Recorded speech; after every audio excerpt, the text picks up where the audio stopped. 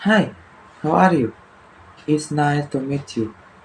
Let me introduce myself. My name is Albert Nasim Krisnowo and my class Management 25B. Oke, baik. Di kali ini saya akan menjelaskan tentang materi FGD dan LGD dari mata kuliah Komunikasi Bisnis. Jadi saya akan menjelaskan apa sih itu FGD dan LGD. Langsung saja kita ke pembahasannya. Let's go. Nah, di sini dengan judul FGD dan LGD. Kita masuk ke pembahasannya. Ada 3 agenda pembelajaran kita. Yang pertama ada pengertian FGD dan LGD. Yang kedua ada tujuan dan manfaatnya. Yang ketiga ada perbedaan FGD dan LGD. Keempat ada teknik pelaksanaan FGD. Kelima teknik pelaksanaan LGD. Keenam ada peran peserta dan evaluasi. Nah, kita masuk. Apa sih itu FGD? FGD atau Focus Group Discussion adalah metode diskusi kelompok terarah yang melibatkan 6 sampai 12 peserta dengan panduan moderator untuk menggali informasi, pendapat, dan perspektif tentang topik tertentu secara mendalam. Di sini ada 3, ada terstruktur, interaktif, dan kualitatif. Terstruktur itu dipandu oleh moderator terlatih dengan panduan diskusi. Interaktifnya, peserta saling berinteraksi dan merespon pendapat. Kualitatifnya menghasilkan data kualitatif yang kaya dan mendalam. Lalu, apa sih itu LGD?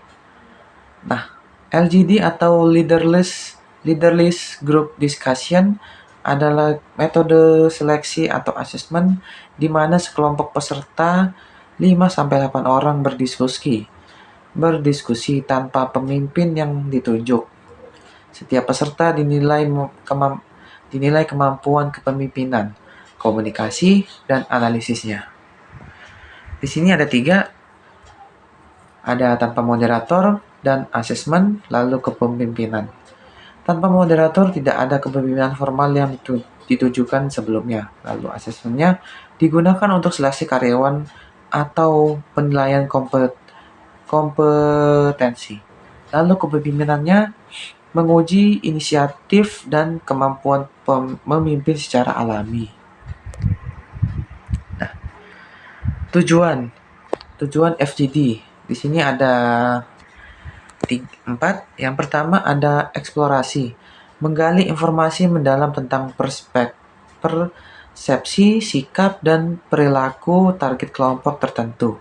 Lalu kedua ada validasi, memverifikasi temuan peneliti kuantitatif dengan data kualitatif yang kontekstual.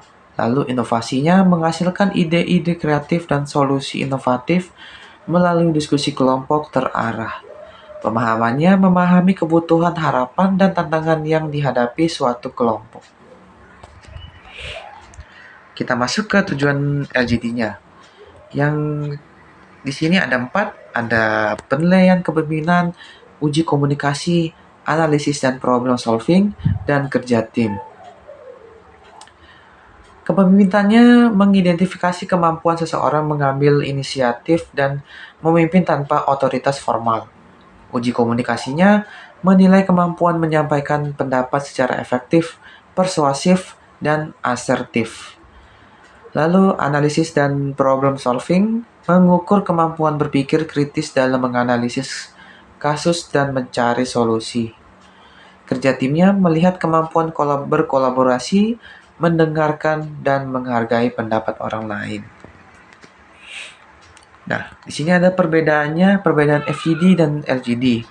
Secara aspek, tujuannya FGD meriset atau mengeksplorasi data, sedangkan LGD seleksi dan asesmen individu. Lalu pemimpin diskusinya ada moderator terlatih. Namun di LGD tidak ada atau tidak muncul alami. Dan jumlah peserta di FGD itu 6-12 orang, sedangkan LGD hanya 5-8 orang. Fokus penilaiannya FGD konten dan informasi, sedangkan LGD perilaku dan kompetensi. Outputnya data kualitatif riset FGD-nya, sedangkan LGD-nya profil kompetensi peserta. Lalu durasi untuk FGD-nya dari 60 sampai 120 menit, sedangkan LGD hanya 20 sampai 45 menit saja. Lalu struktur pelaksanaan FGD. Di sini ada 5. Yang pertama, persiapan menyusun panduan diskusi, menentukan topik, merekrut peserta, menyiapkan tempat dan perekaman. Lalu pembukaan, perkenalan, penjelasan utama, aturan diskusi, dan warming up untuk mencairkan suasana.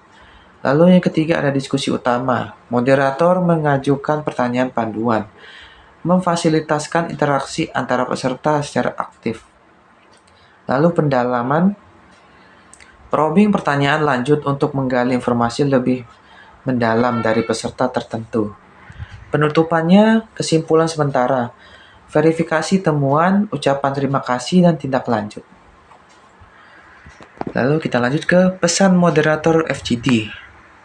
Di sini ada fasilitator memandukan jalan diskusi agar tetap fokus pada topik yang telah ditentukan.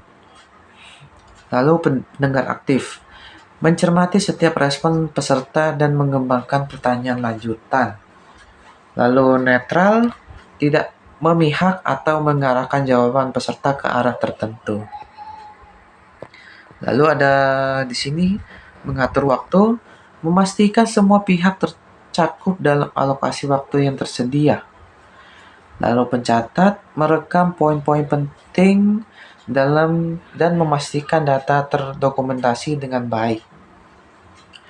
Lalu mediatornya menangani konflik atau dominasi peserta dalam diskusi kelompok. Lalu teknik bertanya dalam FGD. Pertanyaan pembukanya, pertanyaan ringan untuk membuka diskusi dan membangun raport dengan peserta. Contohnya, bagaimana pengalaman Anda dengan layanan digital perbankan selama ini? Lalu ada pertanyaan penggali. Pertanyaan mendalam untuk mengeksplorasi perspektif dan alasan di balik pendapat peserta. Contohnya, mengapa Anda merasa fitur tersebut penting bagi Anda? Lalu pertanyaan penutupnya, pertanyaan untuk merangkum temuan dan memastikan semua peserta telah menyampaikan pendapat. Contohnya, adakah hal lain yang ingin Anda tambahkan terkait topik ini? Jadi, ini adalah teknik pertanyaan dalam FGD. Nah, struktur pelaksanaan LGD yaitu dari briefing, 5 menit, aksesor menjelaskan kasus atau topik dan aturan diskusi kepada seluruh peserta. Lalu berlanjut dari 5 menit ke 10 menit, membaca kasus peserta, membaca dan memahami kasus secara individual sebelum diskusi dimulai. Lalu diskusi bebas. Nah, ini kelompok mendiskusikan kasus tanpa pemimpin. Asesor mengamati perilaku peserta. Lalu simpulan. Kelompok menyampaikan kesimpulan atau merekomendasikan telah disepakati bersama. Lalu debriefing. Asesor memberikan umpan balik singkat tentang proses diskusi yang telah berlangsung. Lalu kita masuk ke aspek LGD. Di sini ada inisiatifnya, kemampuan memulai dan mendorong diskusi maju. Di sini ada 20%. Komunikasi, kejelaskan struktur dan efektivitas penyampaian ide. Lalu ada analisis, kemampuan berpikir kritis dan logis terhadap kasus. Kepemimpinannya, pengaruh dan kemampuan mengarah kelompok. Teamworknya, berkolaborasi dan penghargaan terhadap pendapat orang lain. Lalu tips sukses berpartisipasi di FGD. Pahami topik, lalu dengarkan aktif, berikan kontribusi, jaga etika, gunakan data, dan fleksibel. Nah, ini tips sukses berpartisipasi di LGD. Yang dilakukan yang benar, mulai bicara dalam 2-3 menit pertama untuk menunjukkan inisiatif. Lalu rangkum pendapat kelompok secara berkala agar diskusi tetap berfokus. Ajak peserta yang belum berbicara untuk menyampaikan pendapatnya. Gunakan struktur PREP atau Point, Reason, Example, Point saat berpendapat. Nah, hal yang harus kita hindari dalam berpartisipasi di LGD, memonopoli diskusi dengan berbicara terlalu banyak atau terlalu lama. Lalu, menyerang atau meremehkan pendapat peserta secara personal. Diam sepenuhnya dan tidak memberikan kontribusi apapun. Mengubah posisi terlalu mudah hanya untuk menyenangkan orang lain. Jadi itu adalah hal yang untuk kita ambil dan untuk kita hindari. Komunikasi verbal efektif. Model PREP. Teknik menyampaikan pendapat yang efektif. Di sini ada PREP atau Point, Reason, Example, Point. Poinnya, sampaikan poin utama atau posisi Anda secara langsung dan jelas di awal. Lalu, berikan alasan logis mengapa Anda berpendapat demikian. Lalu selanjutnya dukung dengan contoh nyata, data atau fakta yang relevan. Yang terakhir, ulangi atau perkuat poin utama Anda sebagai kesimpulan argumen. Bahas tubuh atau komunikasi nonverbal.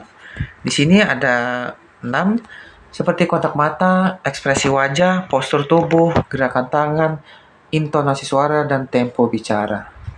Nah, ada contoh kasus FGD. Topiknya persepsi mahasiswa terhadap penggunaan AI dalam dunia pendidikan tinggi. Di sini ada pesertanya 8 mahasiswa. Di sini pesertanya 8 mahasiswa semester 4 sampai 6 dari program studi berbeda. Durasinya 90 menit atau 30 menit per topik utama. Formatnya semi terstruktur dengan 3 pertanyaan utama probing. Pertanyaannya di sini yang pertama adalah bagaimana pengalaman Anda menggunakan alat AI atau ChatGPT dan lain-lainnya dalam kegiatan akademis? Lalu yang kedua, apa manfaat dan kekhawatiran utama yang Anda rasakan dari penggunaan AI dalam belajar? Menurut Anda, bagaimana regulasi dari ideal penggunaan AI di kampus? Lalu, ini contoh kasus LGD. Perusahaan startup teknologi Anda menghadapi krisis, anggaran dipotong 30%, dan harus memiliki antara mempertahankan tim teknis atau 20 orang atau tim pemasaran 15 orang, diskusikan tentukan keputusan terbaik untuk keberlangsungan perusahaan. Nilai asesornya, siapa yang pertama membuka diskusi dan menentukan arah. Lalu kemampuan menganalisis trade-off dan konsekuensi bisnis. Yang ketiga, cara mengelola perbedaan pendapat dalam berkelompok. Yang keempat, kualitas argumen dan penggunaan logika bisnis. Yang kelima, kemampuan merangkum dan mendorong keputusan bersama. Lalu, saran strategis. Buka dengan pertanyaan yang mengundang semua orang berpartisipasi. Tawarkan framework analisis atau misal Renov Impact, Growth Potential. Rangkum setiap 8-10 menit agar diskusi tidak berputar. Dorong keputusan concur di menit terakhir. Lalu, rubrik penilaian FGD dan LGD. Kriteria bicaranya pasif, tidak berpartisipasi, kurang dari 1-2 menit. Lalu berbicara tidak diminta, cukup. Inisiatif berbicara aktif. Kualitas argumennya tidak ada logis, alasan kurang kuat, argumen kuat, dan didukung data. Memahami atau mendengar, memotong atau mengabaikan. Lalu sesekali menyimak itu cukup. Menyimak dan merespon baik itu sangat baik. Kepemimpinan, tidak ada kontribusi arah. Sesekali mengarah, itu cukup. Aktif mengarahkan diskusi, nah itu langsung. Sangat baik. Kemampuan simpul, tidak merangkum, rangkuman yang kurang tepat dan merangkum dengan tepat. Nah, kita masuk ke materi kita yang terakhir. Kita masuk sudah ke sesi akhir FGD dan LGD. Kesimpulannya, FGD metode riset kualitatif dengan moderator untuk eksplorasi data mendalam. LGD metode assessment tanpa pemimpin formal untuk menilai kompetensi bisnis. Kuncinya, komunikasi verbal dan non-verbal efektif dalam fondasi sukses keduanya. Praktik adalah kunci, semakin sering berlatih, semakin mahir Anda. Nah, jadi itu adalah materi kita untuk FGD dan LGD ya. Kita akan lanjut ke materi kita selanjutnya di next video. Bye-bye.